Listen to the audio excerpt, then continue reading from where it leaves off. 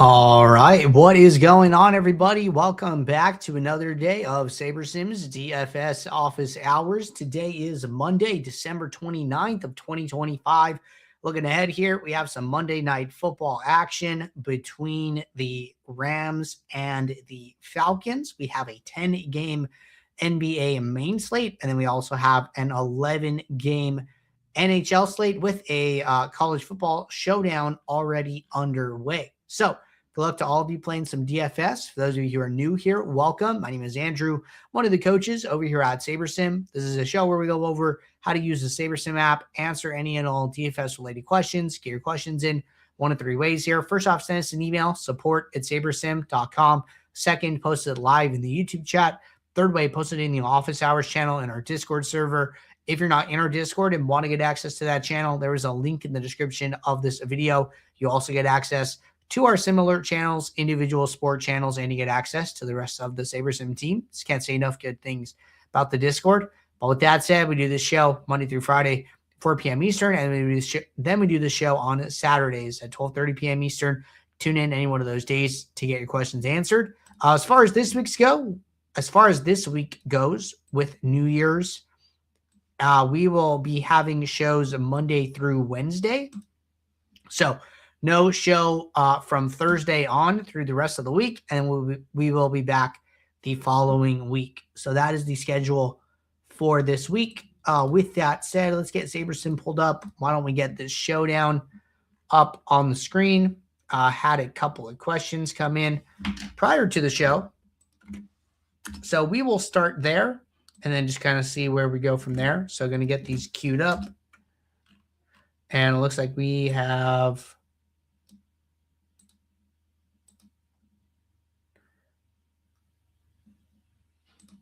about 4-ish questions to get us started from what I can tell. So looks like this is the last one. Cool. And it looks like there's a little bit of discussion here. So we'll touch on all of this. First question of the day, going to work from the top down. Is NBA generally an unprofitable DFS sport? I have a good NFL strategy and am profitable in it, but I have no idea how to develop a good NBA process. Should I focus on other sports instead? I know it's up to me, but I'm interested in your perspective on this. Okay, good question. So I think that you can use contest flashback to see how profitable a sport is. Okay. So what I would do, right, is if I want to see like, hey, is NBA like generally unprofitable? I would go to a past NBA slate. We go and look at like the 4-gamer from yesterday.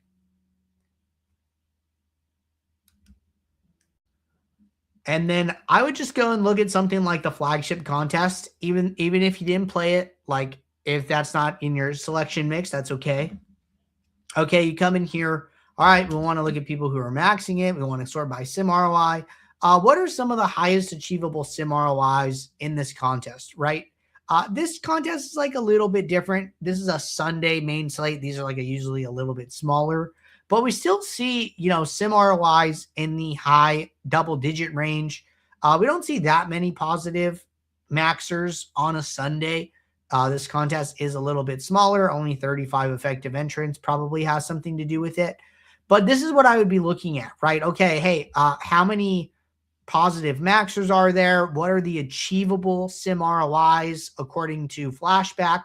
And then this would basically be my determination of like, okay, is this profitable or is this not, right?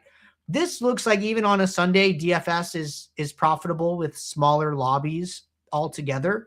For instance, I think like one of the sports that potentially has like kind of lower overall sim ROIs might be something like tennis. Gosh, I don't even know when the last tennis slate was. Maybe sometime over the summer. Okay, August 1st. Looks like there was some tennis action. Okay, we go and we look at this contest. 34 effective entrants. All right. Sim ROIs of what's the max here? 70. Nope, wrong one. Entries, 70, sim ROI. So this is like kind of a good example here, right? When we look at the tennis line painter, there is not a single positive maxer according to flashback here, right? All these users who maxed are not grading out super well in the Sims. Now, that doesn't mean you shouldn't play tennis, right? I think what that means, and we discussed this in detail last week with a similar question, kind of in regards to NHL. Figure out at what level it is actually profitable to play a contest, right? Okay, 70 isn't super profitable, but what if you play 20 lineups? Okay, we're starting to see some positive sim ROI. Okay, what if you play 10 lineups, right? What if you play 5 or, something along those lines, right? What if you play 1? Hey, you can definitely enter 1 profitable lineup here. We see 2s. We do see 7, right? 7, we're seeing like positive. 4, we're seeing. So it seems like, okay, if you're going to play this, play 5 to 10 entries rather than playing 70, right? Like, I would say it is a lot harder to be profitable in a sport like tennis based on what we're seeing here, right? But we're letting the sim tell us that. We're not just making it up and we're not just assuming. We're using the data and then we're drawing a conclusion from the data in front of us, right? So this is like kind of an example of a sport where I think is profitable versus a sport that is harder to beat, and you might need to take a little bit different approach to such a sport. So just some food for thought there. Good question to get us started for sure. Getting back to today. All right, is it better to use optimizer mode, min uniques, or use saber sliders? Okay, so a couple different things going on here, right? Number one is going to be the build mode, right? Sim mode versus optimizer mode. Now, when and where you should use each, if you are playing cash games such as double ups, head-to-heads, for those type of contests, right? We recommend using optimizer mode. What optimizer mode does is it builds the highest projected lineup first, then the second highest projected, third, fourth, etc. So it is optimizing based on true average projection, and then it is and then in the post build you would want to sort by projected score. So that's kind of optimizer mode cash game strategy here. I do have a video on this. If you go to the Discord and you go to office hours, you go to these pinned messages, how to build the cash optimal lineup. If you guys ever need that, it is saved in the office hours channel. Now, the second build mode, which includes sliders, is going to be sim mode, right? That's going to be the other option here. I'll pull it up again. So we walked through optimizer. Now we're going to walk through sim mode, right? Last question with optimizer mode, you can set min uniques before the build. We think this generally leads to worse lineups being created because they have this requirement that forces them to use min uniques pre-build. That's why when we introduced min uniques originally, we introduced it as a post-build filter effectively. So we don't really like min uniques before the build. If we are going to recommend min uniques, we are going to recommend min uniques after the build in the groups. So if I built 500 lineups in sim mode, there is no min unique requirement. However, we can filter for the uniques after. So it's saying, hey, find 20 lineups out of my 500 that have 2 players different, that have 3 players different. So then we will go through the pool and find the best 20 lineups that have 2 players different from every other lineup, right? That's one of the benefits of building more lineups than you need with SaberSim, right? That's why we build you a pool of lineups, not just however many lineups you request. So sim mode, getting back to sim mode, gives you the correlation and sim diversity sliders. These are set to the best values that our backtesting shows are optimal for the type of contest you're playing. On a single game slate, it's typically 0-9. On a 2-game slate, like the primetime slate, let's go and look at what the sliders are there. On the 2-game primetime, sim mode sliders are 2-9, right? So correlation comes up, sim diversity comes down a little bit. on the Sunday main slate,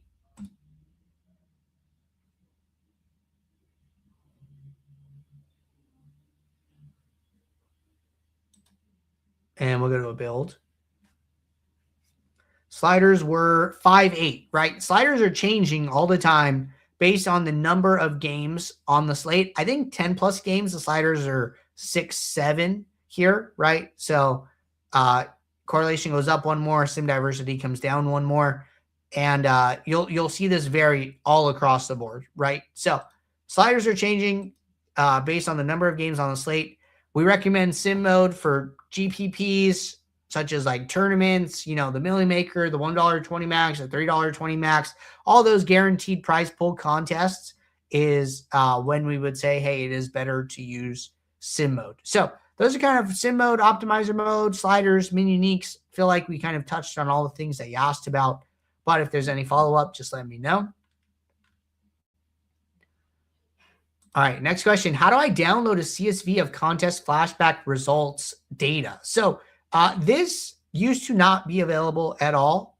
This is now a feature that is available on the elite tier.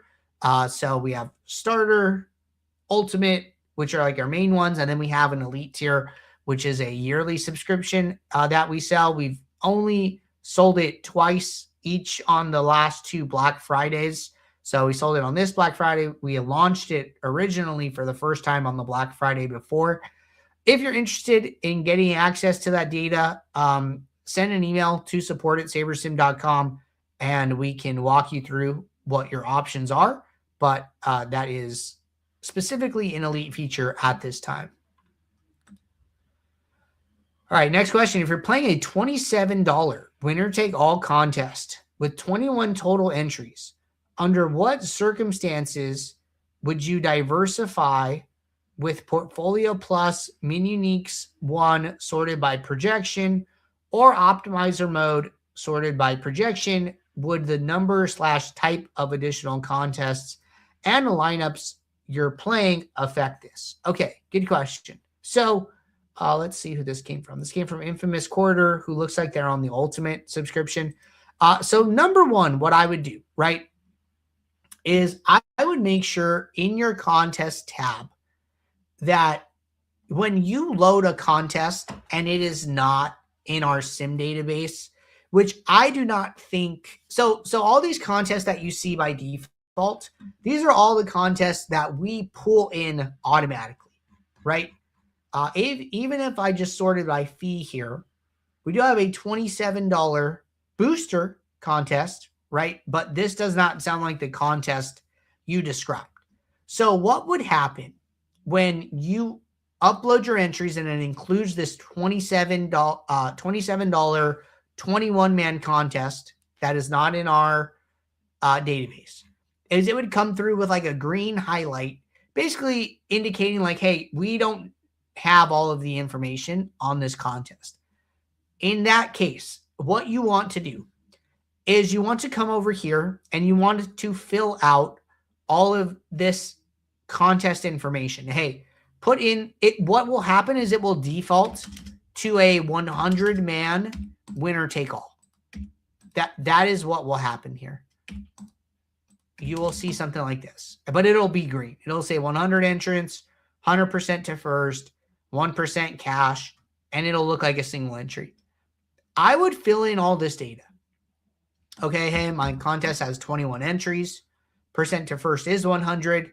Cash rate is going to be 1 divided by 21, which is 4.8%. So cash is 4.8%. I just rounded the decimal place 2 here just so we're on the same page. 1 divided by 21. This is like 1 decimal, 2 decimals. So it's 4.76%. I rounded it to 4.8 here. And then I'm assuming it's a single entry. So it's user entries 1, right? This will make your contest sim for that contest accurate. Okay. Now, once you do this and then you go to your build, you build your lineups. For that contest specifically, I think it is totally okay to switch diversity from portfolio to uniques 1 and then change in the rank by after you run the contest sim, which I could show this. I just got to turn that one sim on. I'll just turn any sim on. Doesn't really matter. Okay, build 500 lineups.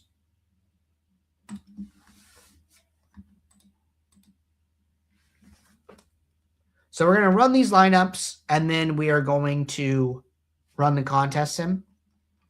So let's let these lineups go. All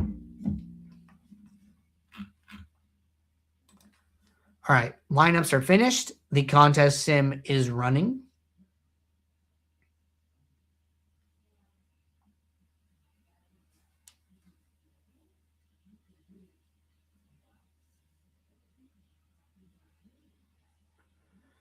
All right, sim finished. So now that the sim ran in the rank by, the contest sim option is going to appear. This is what I was looking for previously. That only appears after you've run a sim, just so we're clear. And then I would go to target contest, and then I would choose win rate, right? So for me, I don't have a file loaded, so I'm just going to use the name of the sim. And then I would sort that one by win rate, right? So this is going to show you the percentage of the time that you win, which is what you're optimizing for in a winner take all. So I think you can do that. I think it is totally okay. All right, next question. Avoid duplicates across lineup groups, on or off for best results. Good question. So we recommend keeping it on. That way you get a unique entry in each contest that you play, right? So if I have 220 maxes, and I'm just going to sort this one by projected score. So when I have 220 maxes here, right, what the avoid will do is it will, one, it fills them top down, right? So the first group gets 20 lineups, the best 20 that are available, depending on whatever metric it's using to sort by, whether it be portfolio or uniques. Then those 20 lineups that get used get removed from consideration for future groups. So any group below cannot use those 20 lineups. Variance is very high in DFS, which is why we recommend a unique entry for each lineup, or a unique lineup for each entry, rather. So on by default is our recommendation. I think it's okay to turn it off, but you need to be a little bit careful. So starter users, I would probably not turn it off if you are using the same sorting metric across groups, right? So like if I'm using Uniques 1 Saber score and like Uniques 1 Saber score, for instance, right? Well, there's only one Saber score. So what would happen when it is off is both groups would get the same 20 lineups, right? So here with it on, I do get different lineups, right? We could see that based on the Saber score aggregate metrics. So basically the top Saber score is 148. The bottom one is 58 in the first group. And then the max Saber score in the second group is 54. So this one just picks up where it left off, right? After 58, it goes down to 54. And then it continues on. Now, the problem is if I turn this off, the builder can use the top Saber score lineups more than once, right? If I turn this off, I'm expecting these to be the same. Yeah, they are. So look, my max Saber score is now the same in both groups. And so is my median. And I'm assuming if I scroll over, my minimum would be 2. Right now, these are both getting the same lineups. So in this case, right, where you're just using portfolio or you're using Saber score, I think turning it on is better. Now on ultimate, it can be a little bit different. The reason for that is because say these are 2 separate 20 maxes. Okay, you run your contest sims, right? You generate your ROIs. The ROIs between contests, between contest sims, are never going to be exactly the same. Here, the Saber scores are exactly the same, right? There's one Saber score for all of the lineups in your pool. Well, for one individual lineup, if I run 2 contest sims, I'm going to have 2 different ROI results. So to me, an ROI is a different sorting metric for each lineup. Like projected score versus saber score, 2 different sorting metrics. It's kind of the same as like ROI of contest 1, ROI of contest 2. They're 2 completely separate sorting metrics. So I think it's okay if you're like, hey, I'm going to use ROI of, 2 different contests individually, right? Like the top one is its own contest's ROI, whatever contest is assigned to this group. The second contest is the ROI of whatever contest is assigned to that group. I'm willing to play a lineup if it so happens to be one of the best 20 in each group. Now, when I've tested this personally, say you do 220 maxes, you might get 36 unique lineups. You might get 38. There might be a couple lineups that overlap, but it is not, hey, I'm playing the same 20 in both. So that's why I think there's some, scenarios where it's okay. I think there's some scenarios where it's worse. But I would say generally just kind of bring it home. If you're on starter, keep it on. If you're on ultimate, it is okay to take it off. We still recommend having it on, but it is okay to take it off if you so choose. So those are my thoughts on the avoid duplicates across lineup group toggle. All right. Looks like we're caught up with questions here in YouTube chat and office hours. Had a couple questions come in since it looks like Sunday here. So glad we were able to get back to those users. Talked a lot about builds, sorting metrics, groups, sliders, optimizer mode, things like that. So a lot of good questions today. Appreciate you guys tuning in. I'll be back tomorrow, 4 p.m. Eastern for our next show. So until then, everybody, take care. Good luck.